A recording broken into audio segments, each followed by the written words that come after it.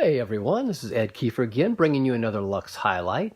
We had a question from Jim from YouTube wanting to know the placement of the outlets in the living area. This is a Luxe luxury toy hauler, and this is our 16-foot garage with our side patio.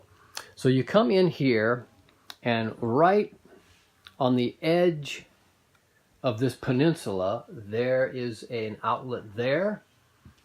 You come up here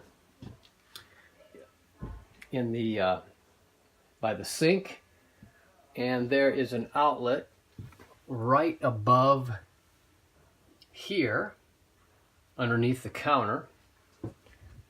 There's also an outlet underneath the sink, and also there's an outlet right over here in the entertainment center.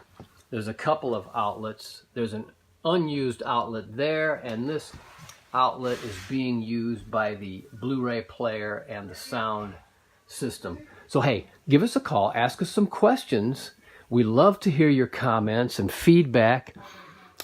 So hey, give us a call, 844-284-6678. Get us on the web at luxefifthwheel.com. Thanks, Jim, for your question.